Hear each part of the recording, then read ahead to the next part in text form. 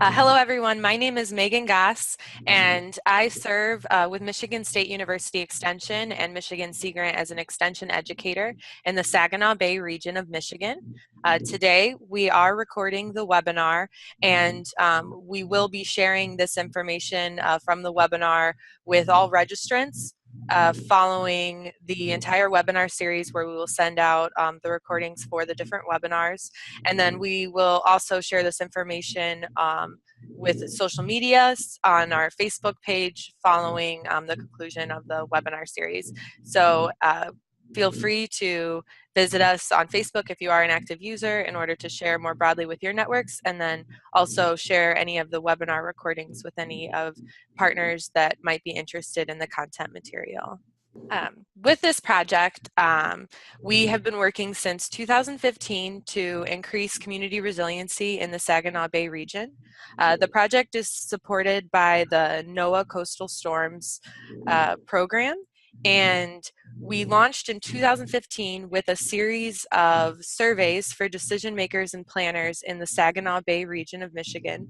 The Saginaw Bay watershed includes over 20 counties in the state of Michigan, and through these surveys, we gained more understanding of what their perceptions were of extreme storms and the impacts of flooding in the region. And then following the survey, we used that information to develop the content for this webinar series.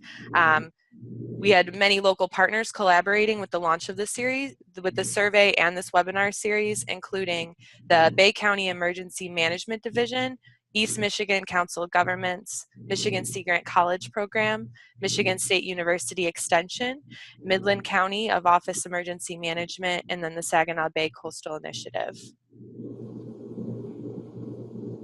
To launch the webinar, we wanted to begin first by continuing with questions about why you're interested in this topic area. So today we are going to be exploring hazard mitigation planning in the context of extreme storms and flooding, and exploring different types of hazards that Michigan faces. So if you could please respond with why you're interested in this topic, and you can check all that apply. So far we have close to 50% of attendees that have participated in the poll. The majority thus far, about 50%, or more than 50%, are government employees. About 80% of attendees that have completed the poll. Give it another. So we're sharing the results now. So the majority of attendees are government employees. And then we also have a mix beyond that with employees from the nonprofit sector, and then also planners. So next, we have another poll just to get a better understanding of where you are coming from in the region. I do know in Gladwin County there is a group of participants that are watching the webinar together. So I know that you might not all be able to complete the polling information here. We have over 60% of attendees that have completed this poll, indicating where they are from. Okay, so we have over 80%. So the majority of people for this attending the webinar are from outside of the region, but this information will be helpful for just gaining more information about how to plan for hazards and to be better prepared to be able to respond to them in the future.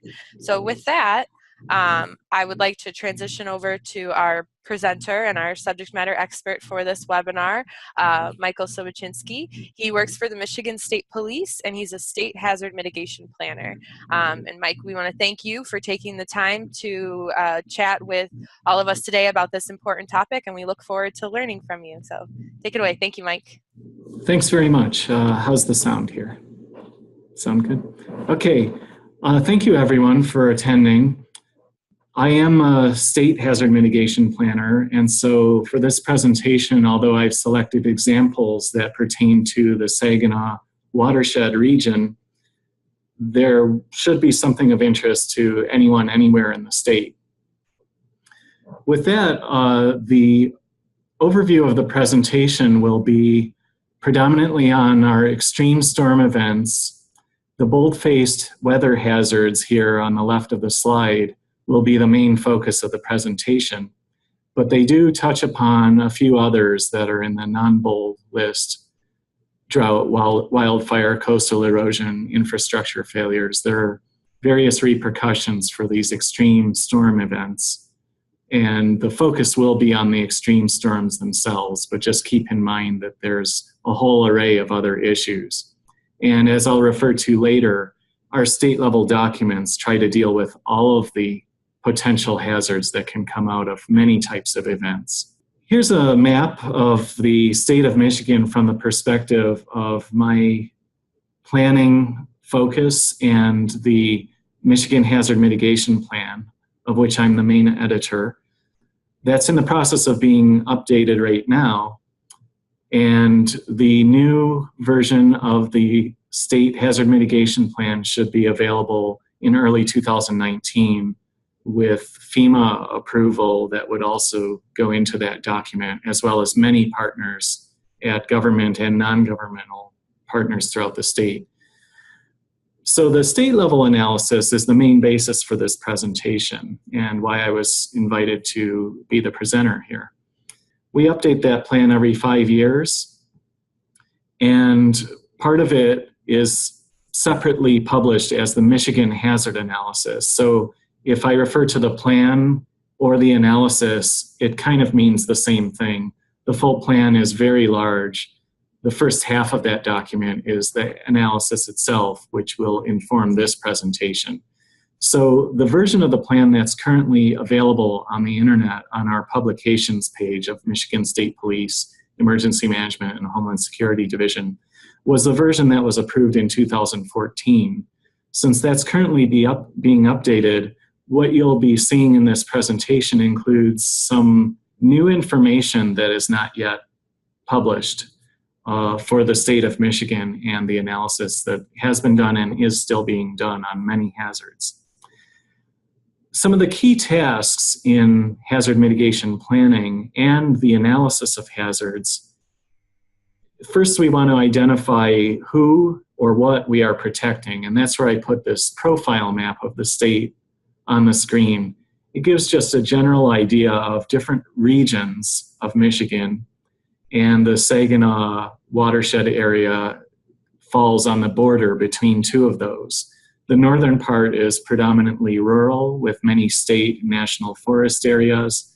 The southern part of that borderline, which is just for analysis purposes, is more agricultural and urban in its land use.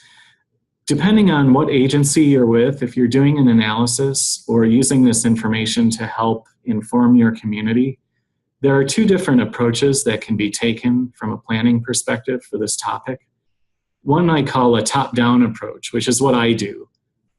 Someone who is tasked with analyzing an entire area, such as the state of Michigan or an entire county, you want to make sure that you're not ignoring any part of that county because you want to cover your entire jurisdiction.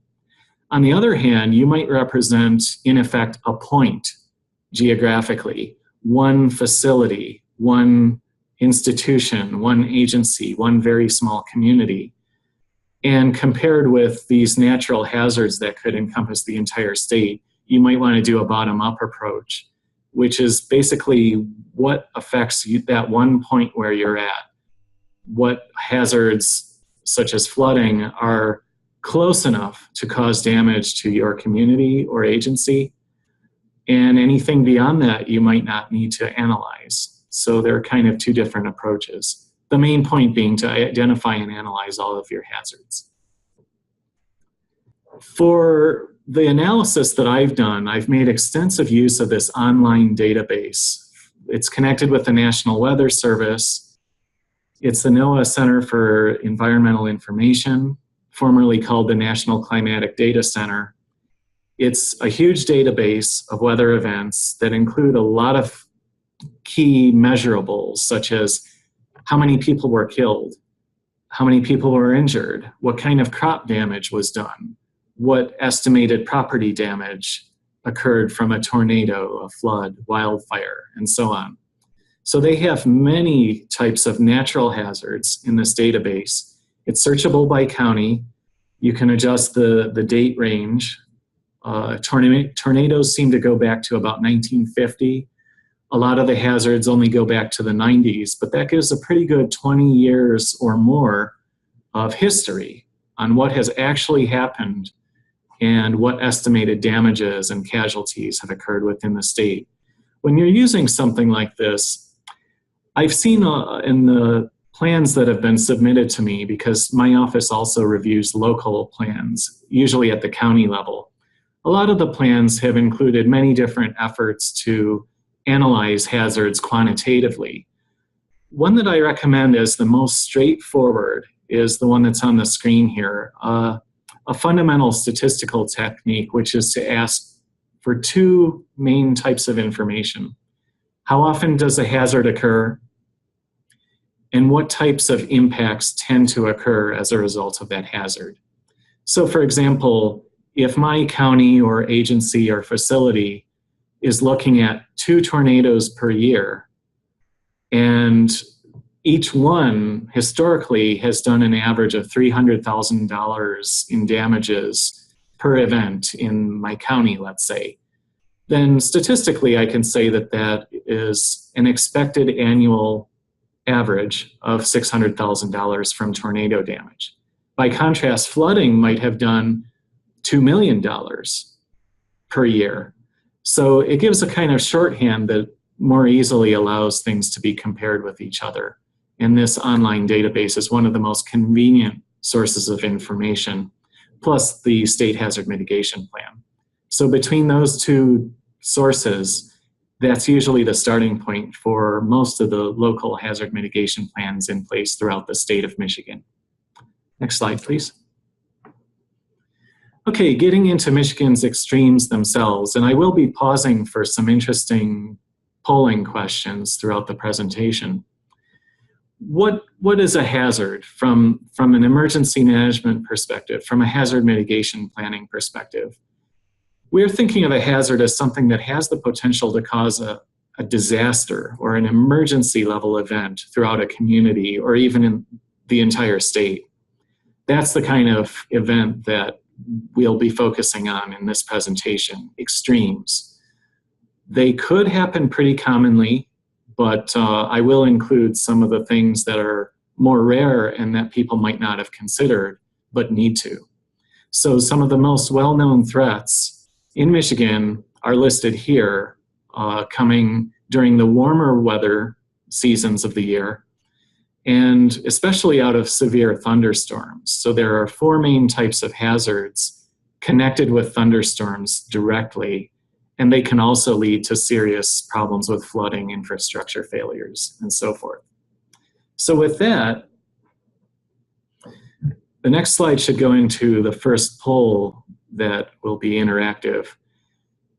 Which of these thunderstorm hazards do you believe causes the most damage statewide within the last couple of decades or more? Lightning, hail, severe winds, or tornadoes? Okay, that's a good response. Yeah, most respondents correctly chose severe winds. Out of the 4 main components of thunderstorms, severe thunderstorms, all of them do damage. Severe winds, on average, does the most damage, and it also has life impacts with deaths and injuries that result. So we can move on to the next slide, where I'll start to systematically discuss these things. I have one slide for each of the major thunderstorm components. Here are some of the statistics that I put together from the online database. And here you can see an average each year of 12.6 injuries and 1.7 deaths from severe winds, plus $49 million in property damage, $2.3 million in crop damage. Now this does vary throughout the state. These are statewide averages. For more detail by region, that'll be published in the next version of the Michigan Hazard Analysis. Okay, so that's severe winds. That's the most serious component of thunderstorms. Tornadoes is actually number 2. That wasn't picked in the answers as frequently as any of the others. But even though they're much rarer, of course, when they do strike, they can do severe damage.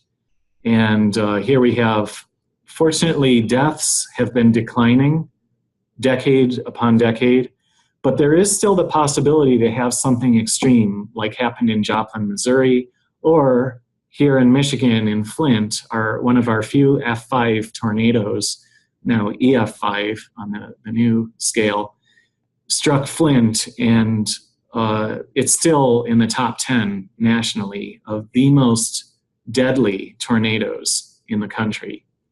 So tornadoes should also be on your radar, both literally and figuratively, as one of the most feared and important thunderstorm elements.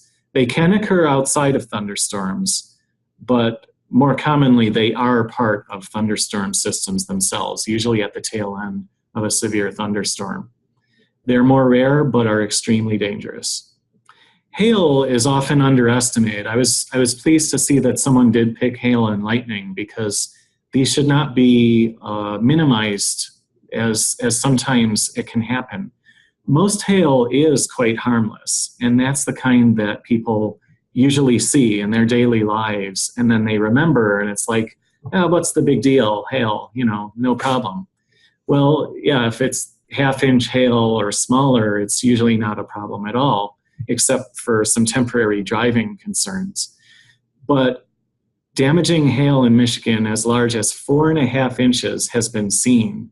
And this is all throughout Michigan. Here I gave an example from Ogemaw County, but places like Marquette has, seen extreme hail damage from these rare but severe events. And therefore, it's important to call attention to this potential source of damage. Fortunately, it's not deadly, but if you're outside with 4.5-inch hailstones falling, there's obviously a chance of getting injured. And of course, there's lots of property damage and crop damage that can come from these. So hail shows up very frequently, but that's 191 events per year on average across 31 days. But the severe kind is pretty rare. We just can't discount it because of its rareness. Finally, lightning. It's also underestimated. We have these phrases like lightning doesn't strike twice in the same place. It does. It may not be as frequent, but the electrical charges, when they're in place, it's common for lightning to strike again multiple times in the same location until those charges are fully resolved. And so lightning does strike more than once in the same place. And it does do injuries and damage every year. So these are Michigan statistics, 5.3 injuries per year and nearly 1 death per year on average. If you have a chance to go online and pull up some videos that have been captured of live lightning strikes, usually a security camera or something that's photographing all the time captures an image of lightning striking, it is impressive. And seeing those videos, it's very sobering and will, make you reconsider going out during severe thunderstorm weather, or, it'll explain why it is important life safety practice to avoid swimming and do different cancellations and stuff when lightning is in an area. Some of these events in Michigan have been the bolt from the blue types of events where it looked like a pretty clear sky, just some distant clouds, but the lightning did come from those and could strike, for example, at a youth baseball game. One of the cases involved multiple young players injured by a lightning strike in this kind of bolt from the blue event. So lightning does also cause fires in buildings. Yes, it may be rare, but there are 14 damaging events per year in Michigan on average that involve lightning, specifically doing these types of things. So yeah, if you get a chance, check out one of those videos online just to get an idea of the sheer power and level of energy in these lightning strikes. Next slide, please. Okay, moving on to our next major subject then, flooding. So far I've just referred to thunderstorms as one of our biggest concerns. We had compared thunderstorm hazards, but flooding actually does more property damage by far than all of those lightning, hail, tornado, and severe wind events combined. For that, I'll refer you to the handout that was shared as part of this webinar. One of the sides of that handout has a table of impacts. So something like this on a printed out version, if you have that. If not, you won't need it at this point, but take a look at it if you have a chance. It's designed to put in perspective. I have some graphs of property damage, crop damage, deaths, and casualties, injuries. And so flooding on average is doing just over $100 million of property damage each year in Michigan, compared with severe winds, our number 2 natural hazard. Those are doing less than half that, $49 million of damage per year, property damage. So crop damage is just on top of that. So yeah, floods are very important. Here I'm identifying 5 major causes of floods. One is the most familiar, floodplains surrounding rivers, streams, drains, lakes, where the waters accumulate and flow over the banks and into property or over roads. A second one is somewhat familiar, especially to persons living in the cities, but it's not officially mapped out by FEMA in the way that river and lake floods are. So ponding in low-lying areas where the waters just aren't draining off into sewers or rivers quickly, and the waters build up and cause floods there. 3 would come from clogged drains or otherwise overwhelmed stormwater systems. So the sewer systems, in some cases they're combined with sanitary. The storms and sanitary sewer systems may be combined, and the system can be more easily overwhelmed. Other times, something like leaves or other debris can clog the drains. If the drains were clear, maybe the area wouldn't flood. But when they are clogged, there's flooding that occurs. And here, I actually didn't address one of the infrastructure-related floods, which is backups into people's basements. So here I'm just addressing overland types of flooding. We should also properly include the infrastructure-based flooding with backflow through basement drains from the sewer system. Number 4 here would be outdoor types of drainage backups. When rivers, streams, drains get jammed up with logs or other woody debris. In the winter, they can jam up with ice. You could have bridges that have insufficient capacity beneath them for waters to flow through. And when the waters get up too high, then there's backup at the bridges. The waters are not flowing under the bridge. They're flowing to the sides of the bridge where they shouldn't be going, into people's homes, over roads, and things like this. And then finally, things that are related to structural failures at dams or levees, or power failures at important critical facilities like pumping stations that may be a vital part of your infrastructure. So all of these things should be considered, and I'm expanding the Michigan hazard analysis now to include better descriptions of all of these known sources of flooding. For the first kind, I included just a few clarifying details here. So areas near rivers and lakes, the ones I was saying had been officially mapped by FEMA. At least many of these areas have been officially mapped. You can go online to FEMA's Map Service Center and pull up official floodplain maps. Now, the Map Service Center the normal design of it might be to sell maps so that you would place an order and pay money. But actually, you can view the maps without necessarily buying them. Through the Map Service Center, there are various viewer elements that you can pull up so that you can check to see whether you're in the floodplain, and then use that to decide whether to place an order for a map. The ordering is not required.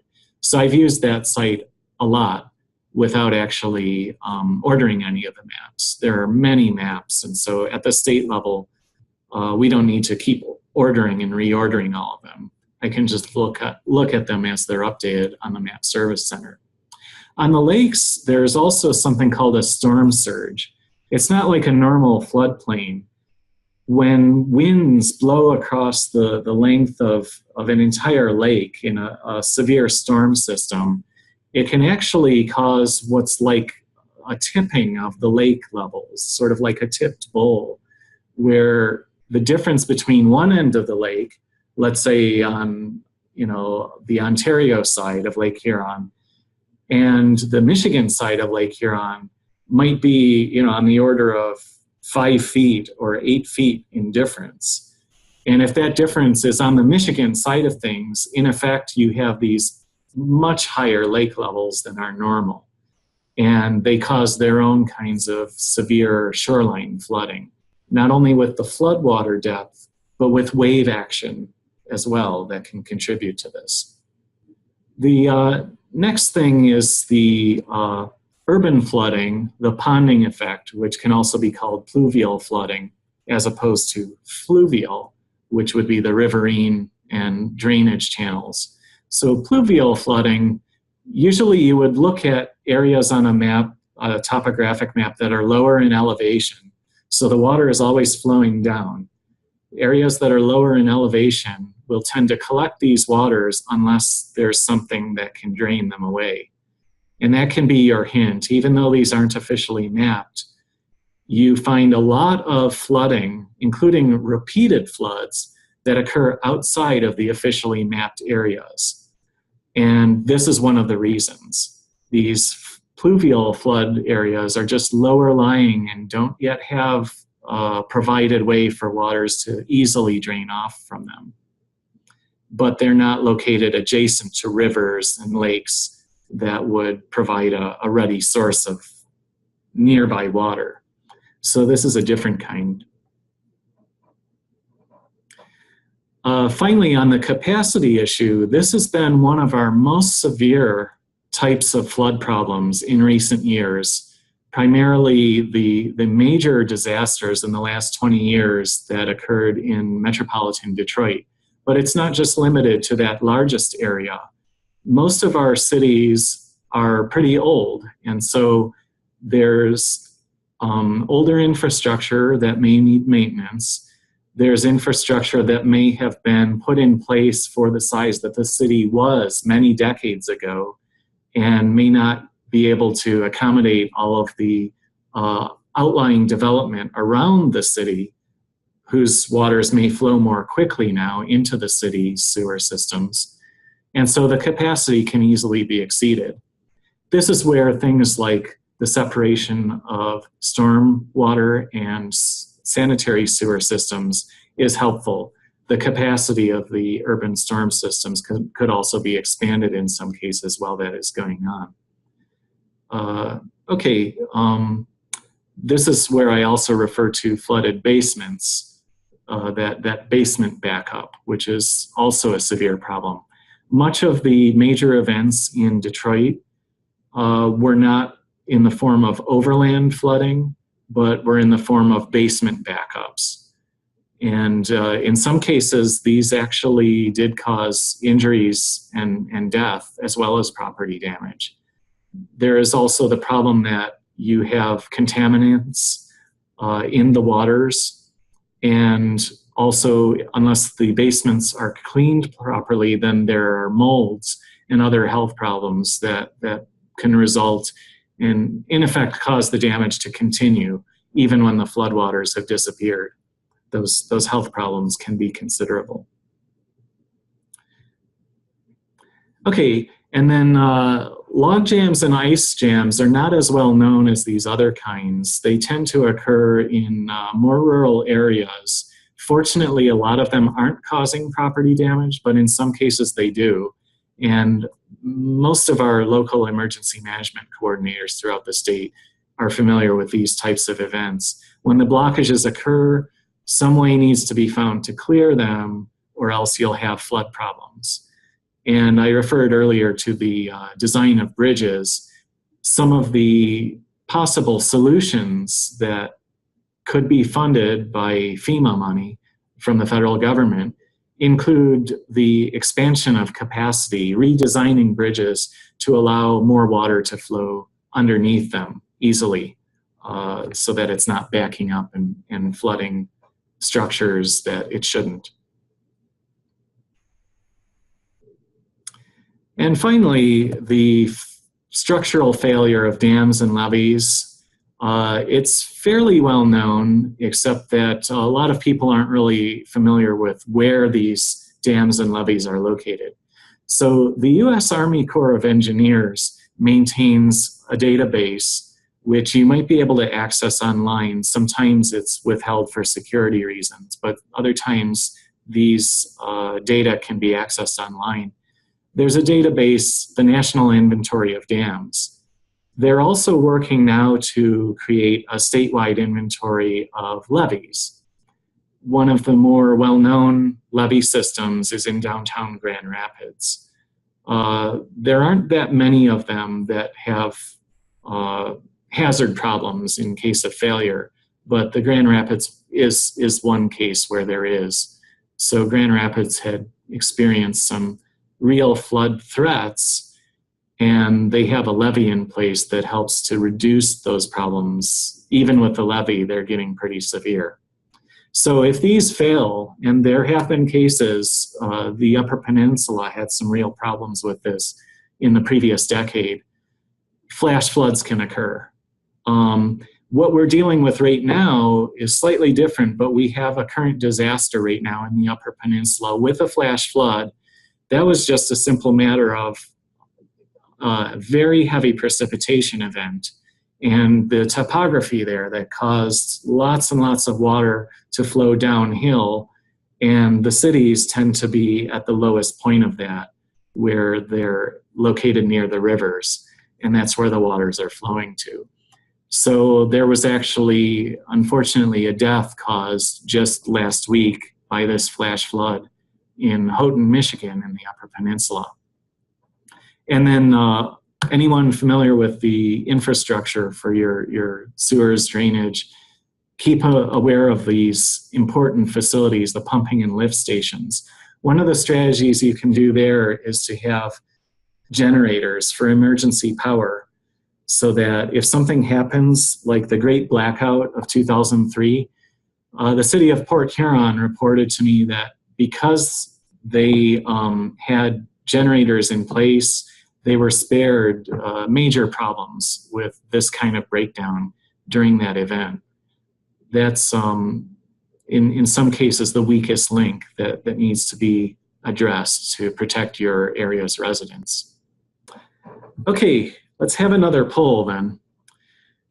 Which kinds of floods in your area do you believe could cause serious problems? Here you can select more than one, but just thinking about the different types that I had described: overflow from rivers, drains, or lakes; ponding that occurs in low-lying areas that are inadequately drained; clogging of drains or having your sewer systems overwhelmed would be the third one; log jams or ice jams or inadequately designed bridges would be the fourth kind; and structural problems at dams or levees, or with the components of your systems where a power failure might cause a critical component to be unavailable and cause flooding. Okay, so we are more than halfway in our poll here. Just a couple more seconds for any more answers. And yeah, you can choose all that apply. So it's just sort of a thought activity of what your area might have that it's facing. All right, So the traditional rivers and lakes floodplain type of event is number one in the concern, but followed pretty closely, 92% to 69%, by the problem of overwhelmed sewer systems or the drainage into those sewer systems. And I see now that about half are identifying the pluvial flooding or urban flooding in the low-lying areas. That's reassuring to me because I want to add to the Michigan analysis a new subsection dealing specifically with that kind of hazard. So that's part of what's being worked on now for the update. And also a pretty significant, more than a third, reporting the log jams, ice jams, and bridge capacity problem that causes backups. And then nearly a third, or about a third, with the structural and infrastructure type concerns. So thank you for that. That's helpful feedback for everyone. Okay, so here's the summary then of floods. An average of 48 events per year throughout Michigan on 18 days, over $100 million on average in property damage, and that is rapidly climbing. So in the previous Michigan hazard analysis from 2014, it didn't quite capture the event that struck the Metro Detroit area after that, or some Grand Rapids events, one of which is pictured here in the photo. The estimated damage amount was half of that for flooding. So the trend is clear. There's increasing precipitation in Michigan. The meteorologists are confirming this. This is coming out of meteorological studies. Increasing precipitation, an increasing amount of precipitation in Michigan that is concentrated in very heavy or extreme events, such as the one that just struck the Western Upper Peninsula last week, and increasing damages that come out of that, especially in our cities, which tend to be located right next to the rivers where all the waters are flowing down to. Okay, so let's move on to a different type of consideration then. Here we have a section on winter, severe winter weather. Now this one is not as impactful on property, but it does pose some real concerns for life safety issues. Ice storms and sleet. I put those together, but I've looked at the statistics, and ice storms are far, far, far more damaging than sleet events in Michigan. The main concern with sleet is transportation safety. The driving temporarily becomes very hazardous, and then usually the roads are closed.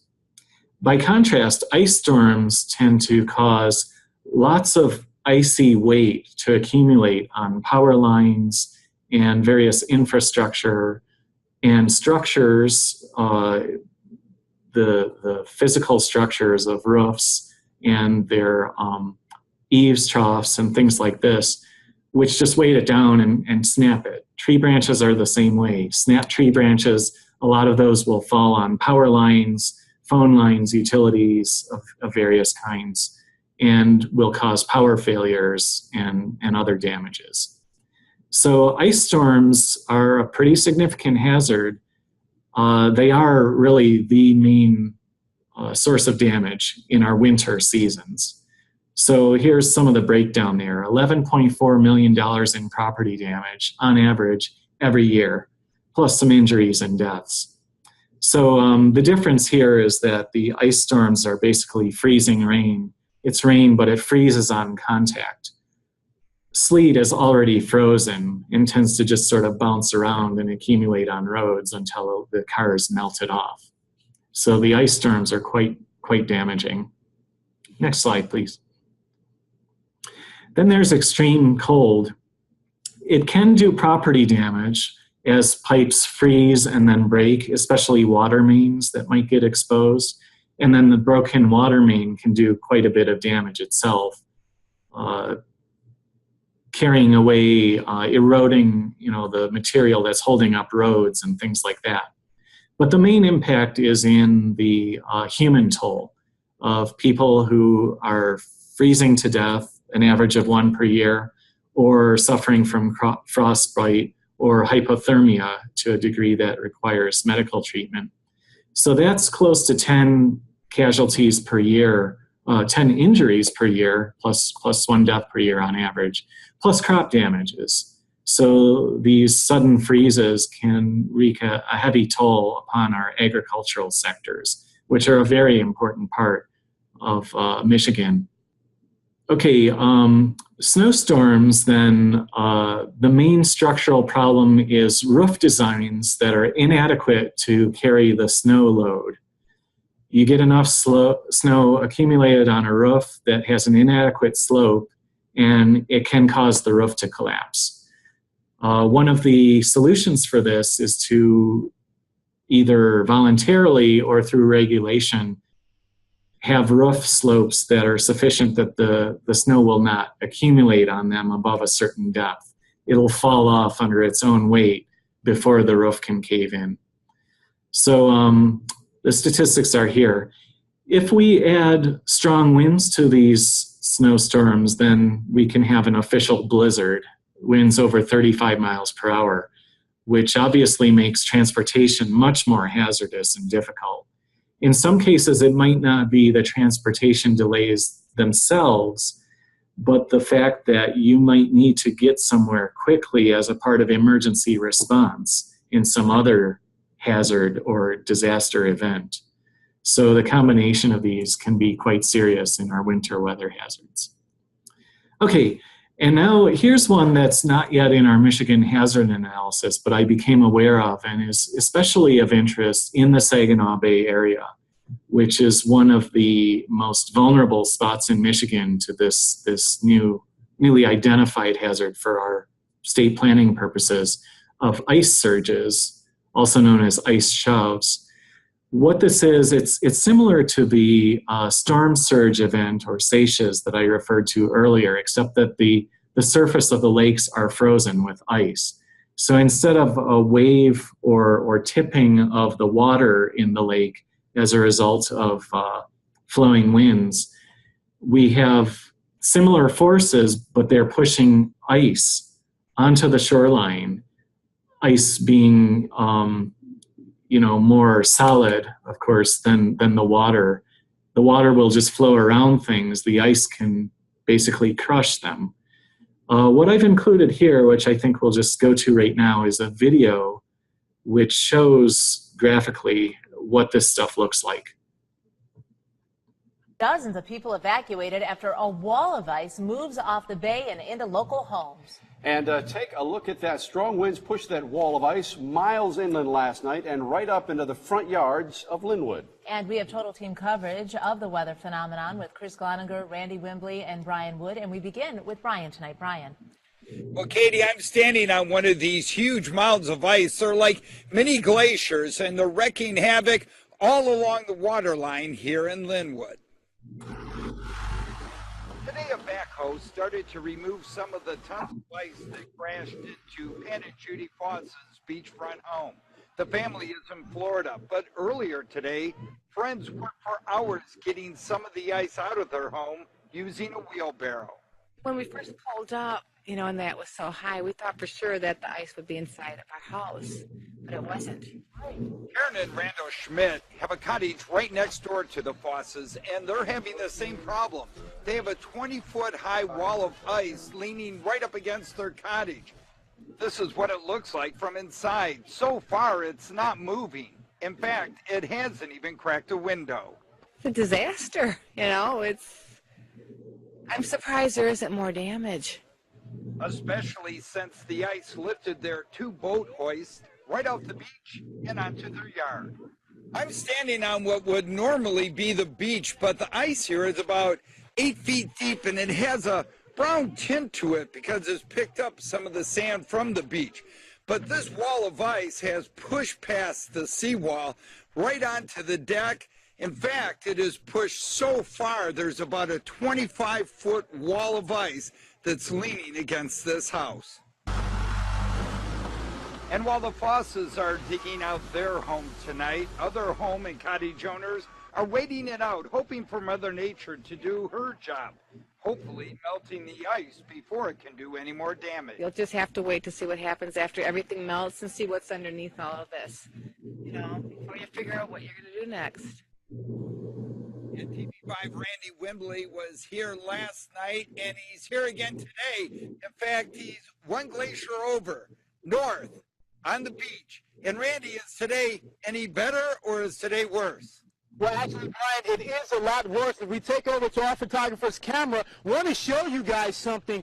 Over to where these kids are, right to my right, about 5 feet beyond them is where the shoreline is. A couple of days ago, 30 feet in, this was all sand. Now it's completely covered up in ice stretching over the seawall and now into people's homes. Life's unpredictable, and that, you know, things happen for reasons, and I'm not quite sure why this happened. I like to try to put a positive spin on these things. I mean, we've always wanted new windows.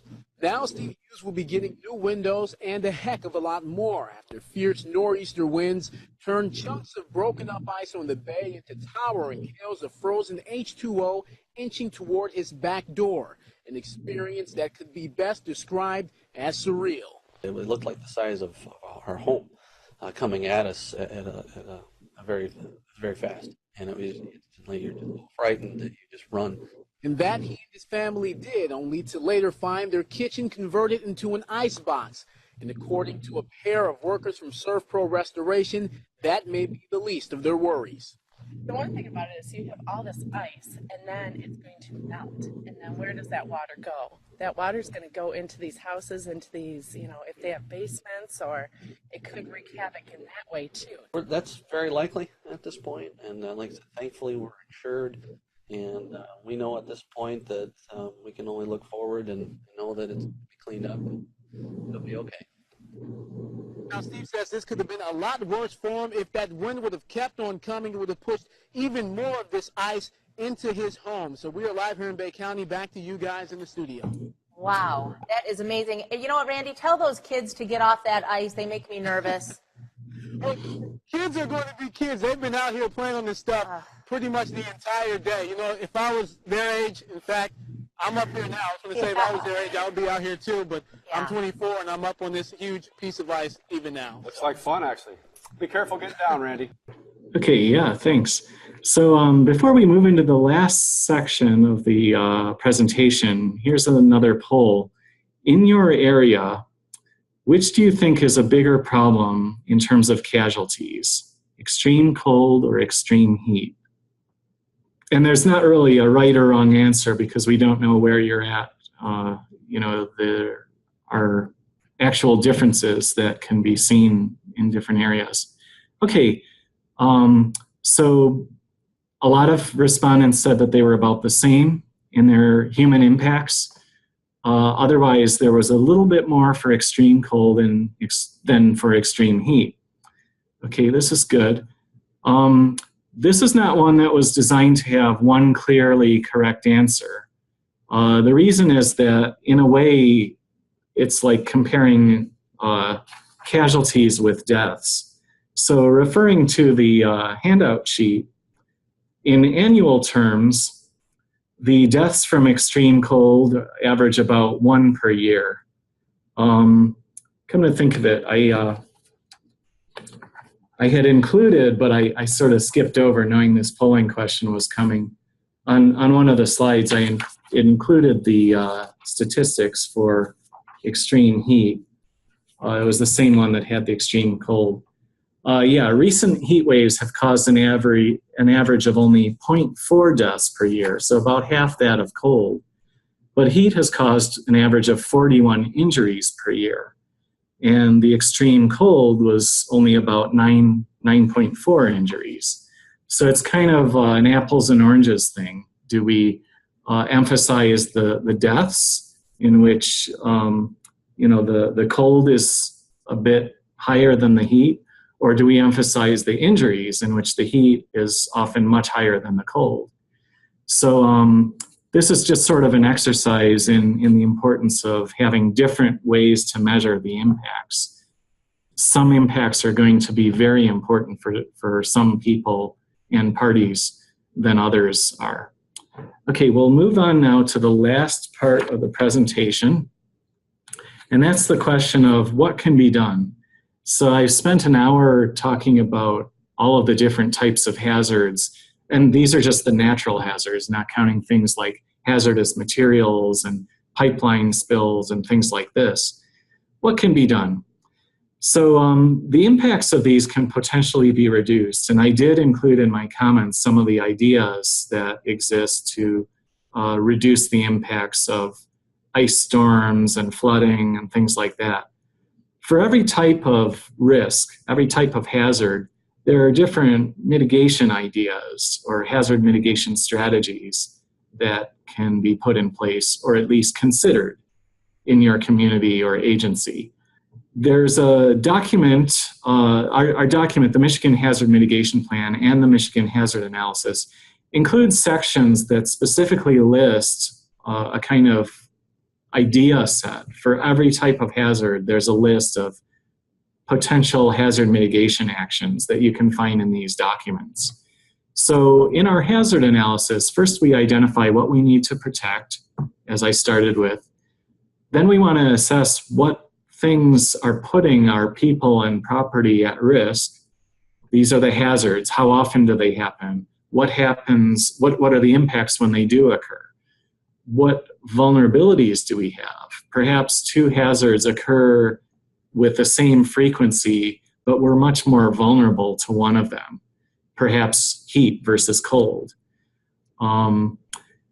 These ideas should then suggest specific activities or locations or projects where you can implement the ideas to reduce the impacts of our hazards, to reduce our vulnerability. Hazard mitigation planning is really just putting these things into the form of a written document. You can read about them, discuss them, have community meetings, debates, but it's putting it into a written document that is the essence of hazard mitigation planning, that summarizes the results of the analysis and community discussions. Local planning in Michigan usually occurs at the county level, which is the area at which Michigan has emergency management programs.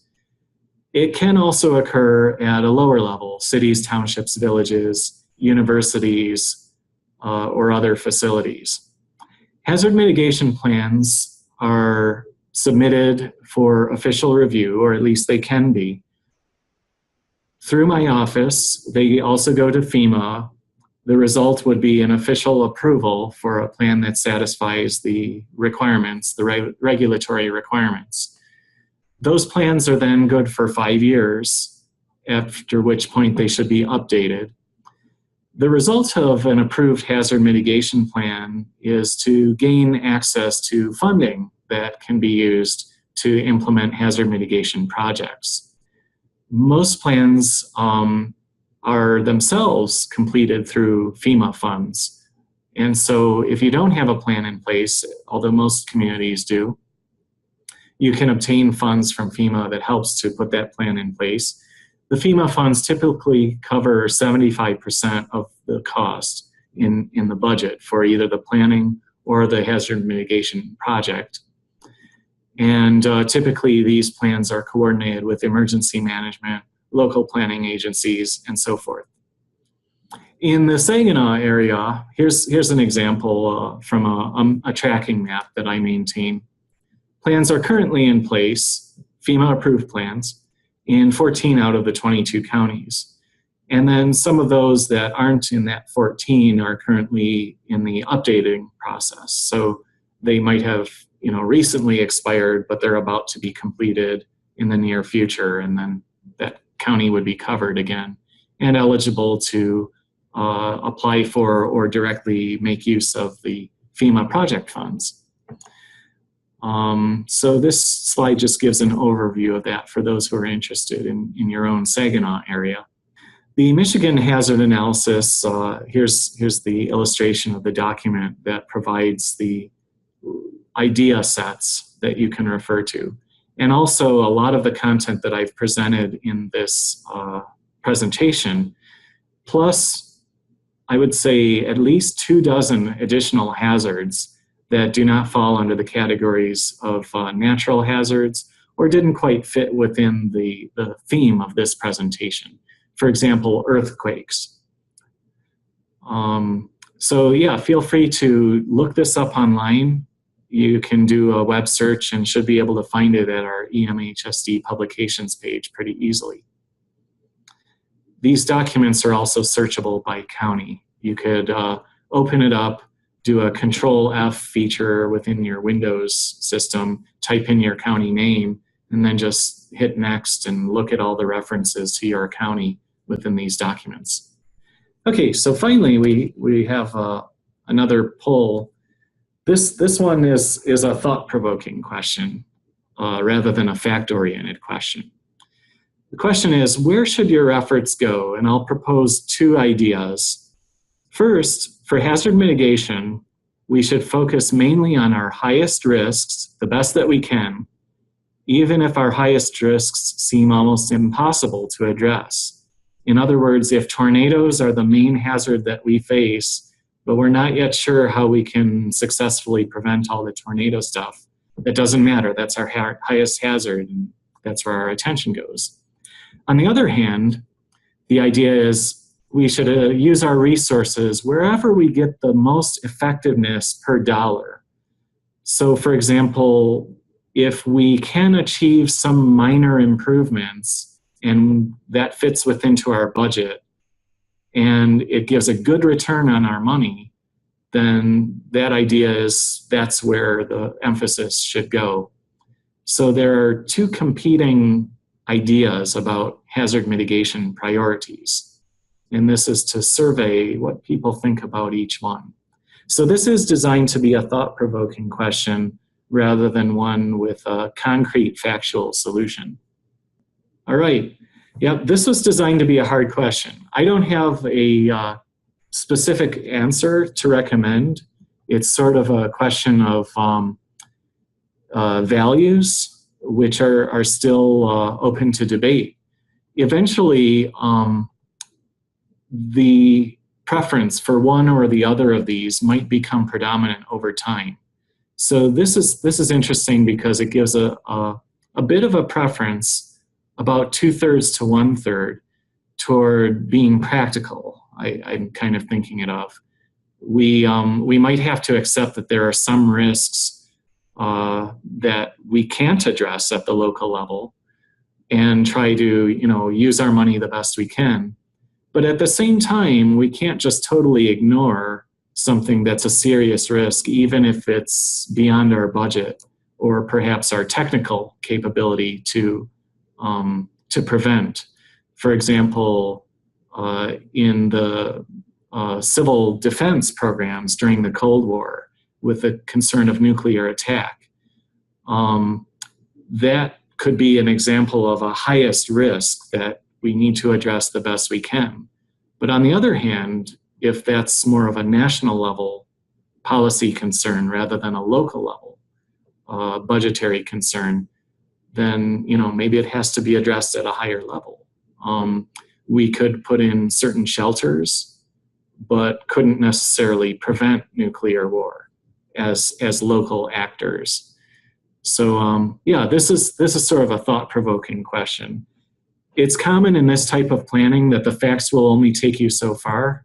The research process is just the first part of the planning process. And then it becomes a community discussion, seeking feedback from a wide array of community members, subject matter experts, local agencies, private partners, and so forth. And ultimately deciding where should we spend our money, what kind of training should we provide to our staff, what kind of incidents or concerns should we educate the public about or include in our school programs and things like that. So yeah, I hope that was one might say it's a trick question, but it's sort of a discussion question rather than a factual question. And it's one that we'll need to wrestle with perhaps on an incident by incident basis or a threat by threat basis. Okay, so moving on then to the last couple of slides. Here's an example of a hazard mitigation project when I was describing the bridge capacity.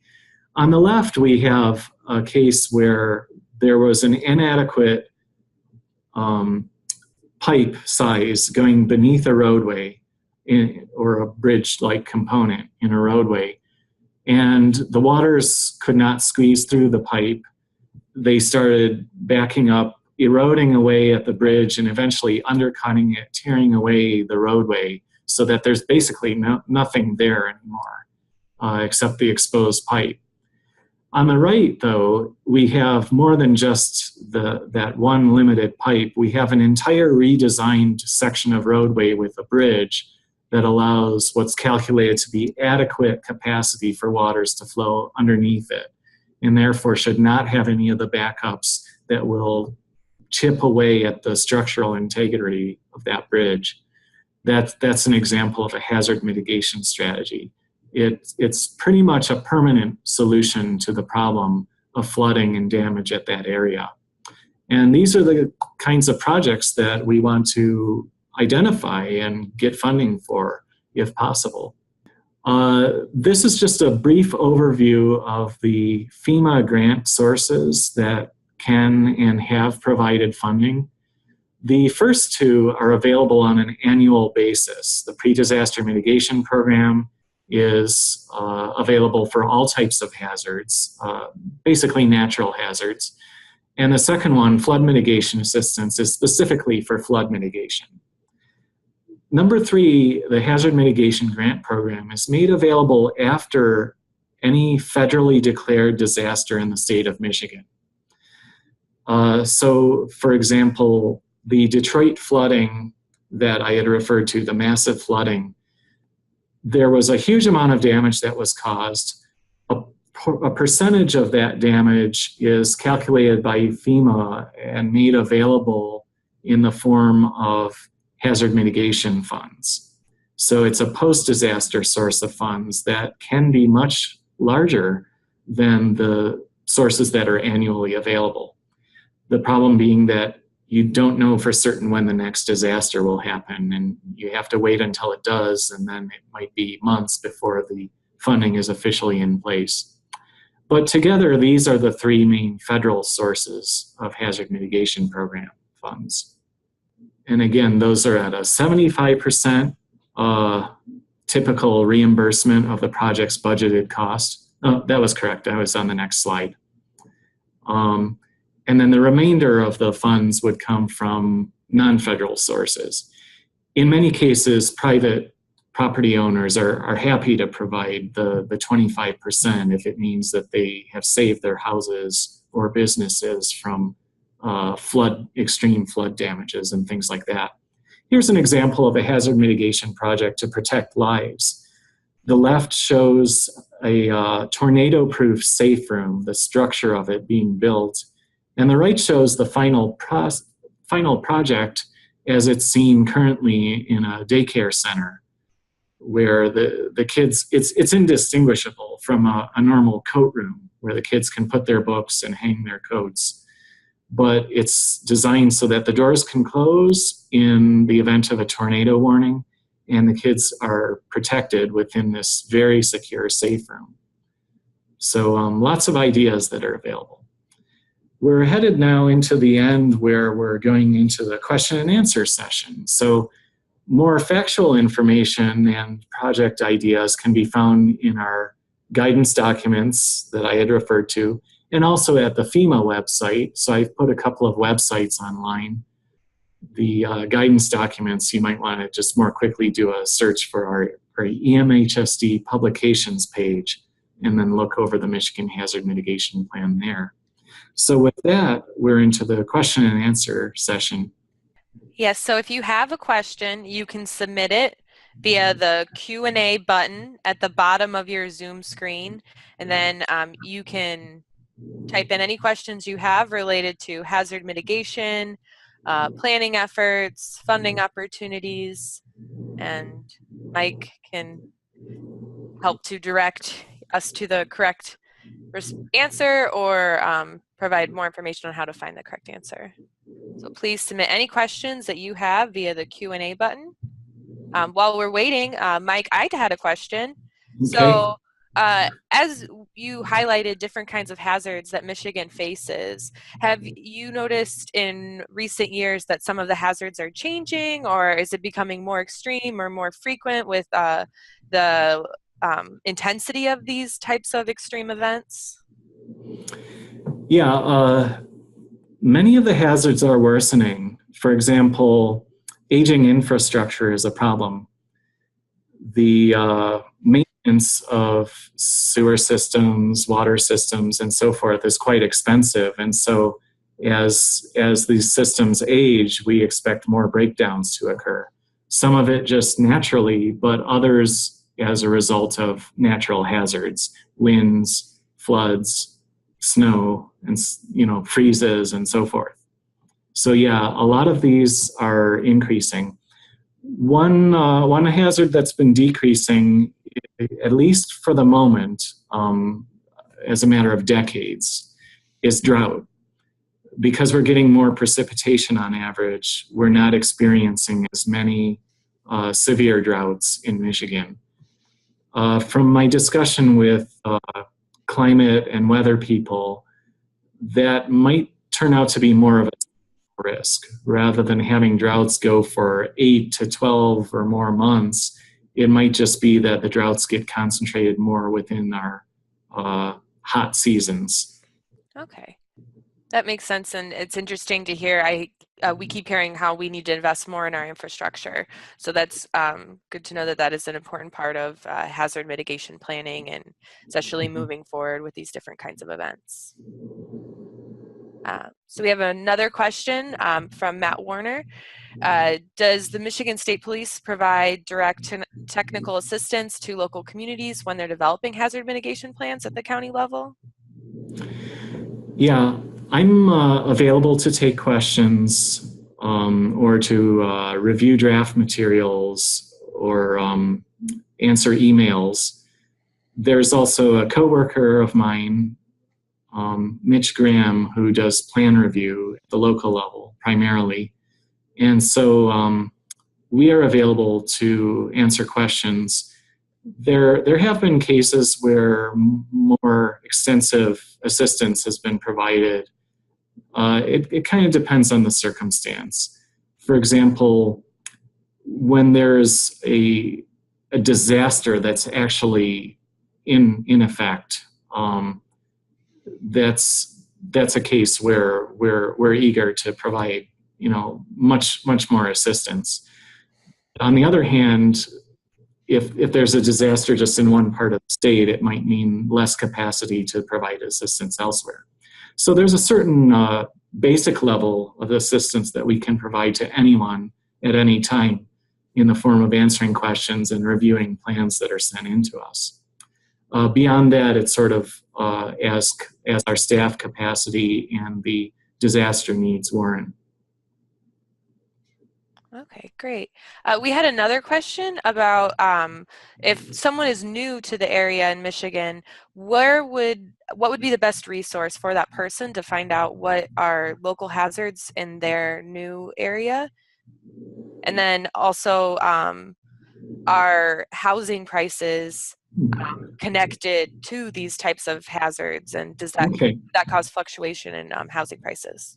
Yeah, so there's two questions, both quite good. The first one, I would say the easiest resources are the ones that I mentioned here for hazard analysis.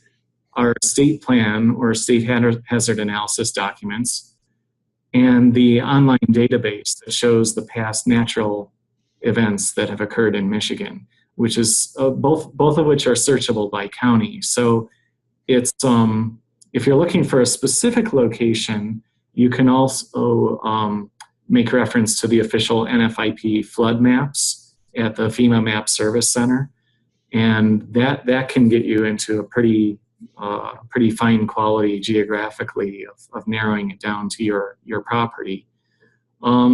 But that's where the bottom-up approach that I mentioned could come in. For example, when I was shopping for a house recently, the location I chose was right on the border between two watersheds. the best as I can determine, I'm exactly on the border between watersheds, which means that the waters are all going to flow away from my house once they've fallen.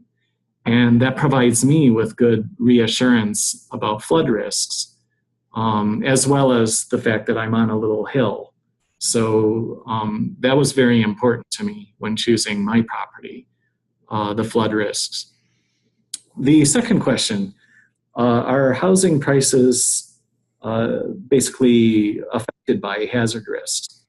I would say only to the extent that people are aware of the risks. So in some cases, there are requirements like with floodplains that the known hazards need to be disclosed. People are most familiar with this with lead piping in houses, that there's a disclosure requirement. There have been various proposals, especially around the country, different requirements as to the amount of disclosure that is required by law. Those things could affect property values to the extent that people are aware of them and actually care. But on the other hand, a lot of people might just realistically say, okay, I don't have young kids, or I'm not concerned about these piping issues, or I'm willing to take the chance through insurance or self-insurance, in which case, you know, it might not, people are willing to take the risk and might choose the property for other reasons. What I would encourage is for people to just be aware of these concerns, not just at an individual level, but at a community planning level, and to do what they can to lower their risks. Some of the hazard mitigation strategies are quite low cost, but very effective. For example, mobile homes that are anchored securely to a foundation are less likely to be damaged by severe winds and tornadoes. The tornado impacts upon trailer parks or mobile homes and things, which is very well known, a lot of that is preventable if only the homes were anchored securely to a foundation. Once they tip with winds, they're not designed to hold up when they're tipped. Structurally, they're designed to be secure, sitting flat. And the tipping makes all the difference. If you prevent that tipping, you can keep a lot of these homes together, as long as they're not struck directly head on by a tornado. So things like that are very cost effective. Okay, that makes sense. And I definitely agree that like approaching any type of hazard from different levels, from both the local level to, as you mentioned, trying to do a community level, and just having different approaches for hazard mitigation planning is really important. Do we have any other questions for Mike before we conclude today's webinar? We've about 15 more seconds to submit any questions.